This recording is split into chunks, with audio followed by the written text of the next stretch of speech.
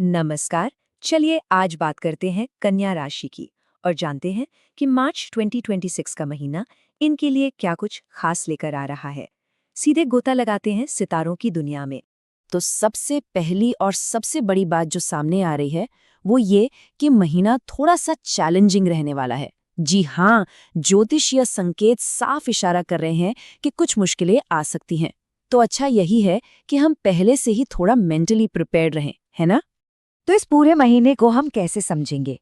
देखिए, सबसे पहले एक ओवरऑल व्यू लेंगे, फिर करियर और पढ़ाई लिखाई की बात करेंगे, उसके बाद परिवार और लव लाइफ पर नजर डालेंगे और फिर देखेंगे कि पैसा और सेहत का क्या हाल है। और हाँ, आखिर में एक बहुत जरूरी उपाय और इस महीने का निचोड़ भी जानेंगे। चलिए तो शुरू करते हैं महीने के ओवरव्यू के साथ।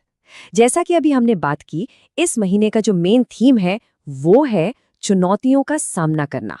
तो ध्यान कहाँ देना है सबसे ज्यादा? देखिए, दो चीजें हैं। पहली तो ये कि जो विरोधी हैं वो पर्सनल लाइफ में कुछ दिक्कतें पैदा करने की कोशिश कर सकते हैं, और दूसरी, और ये बहुत जरूरी है, कि अपनी सेहत का बहुत ज्यादा ध्यान रखना होगा।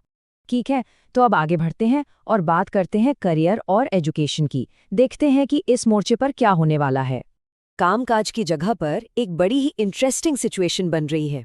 एक तरफ तो विरोधी आपको परेशान कर सकते हैं, रुकावटें डाल सकते हैं, लेकिन अच्छी बात यह है कि जो सीनियर ऑफिसर्स हैं उनका पूरा पूरा सपोर्ट मिलेगा, तो एक तरह से बैलेंस बना रहेगा।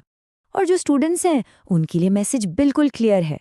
चुनौतियों के बावजूद ध्यान पढ़ाई में लगा रहेगा, जो कि बहुत अच्छी बात है।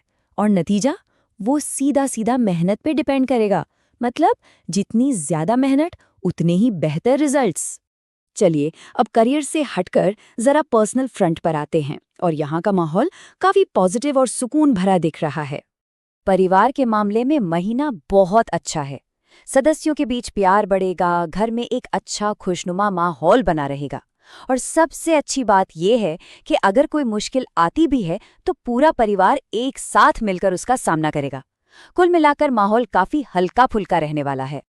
और बात करें अगर लव लाइफ की, तो यहाँ भी खुशखबरी है।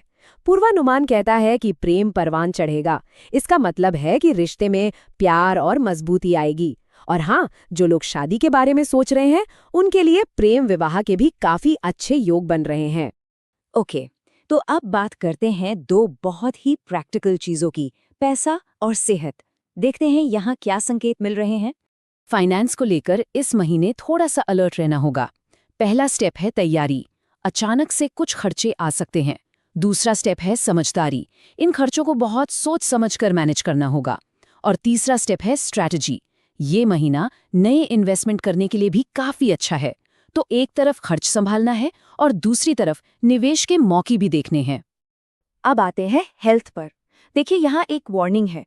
अपनी सेहत को बिल्कुल भी नजरअंदाज नहीं करना है। और इसमें सिर्फ फिजिकल प्रॉब्लम्स ही नहीं बल्कि मेंटल स्ट्रेस भी शामिल है। दोनों पर बराबर ध्यान देना बहुत बहुत जरूरी है। तो अब इन सारी बातों को समेटते हुए सवाल ये उठता है कि इस महीने को बेहतर बनाने के लिए, इन चुनौतियों से पार पाने के लिए क्या किया जा सकता है? क्या कोई उपाय है? जी हाँ, बिल्कुल। जो उपाय सुझाया गया है वो है रोजाना श्री विष्णु सहस्त्रनाम स्तोत्र का पाठ करना। माना जाता है कि इससे मन को शांति मिलती है और मुश्किलों से लड़ने की ताकत भी। और अब जाते जाते एक सवाल, ये जो महीने भर की चुनौतियां हैं, क्या इन्हें पर्सनल ग्रोथ के मौकों में बदला जा सकता है? सोचिएगा जरूर, क्योंकि ज्योतिषीय मार्गदर्शन का असली मकसद भी तो यही है, हमें बेहतर बनाने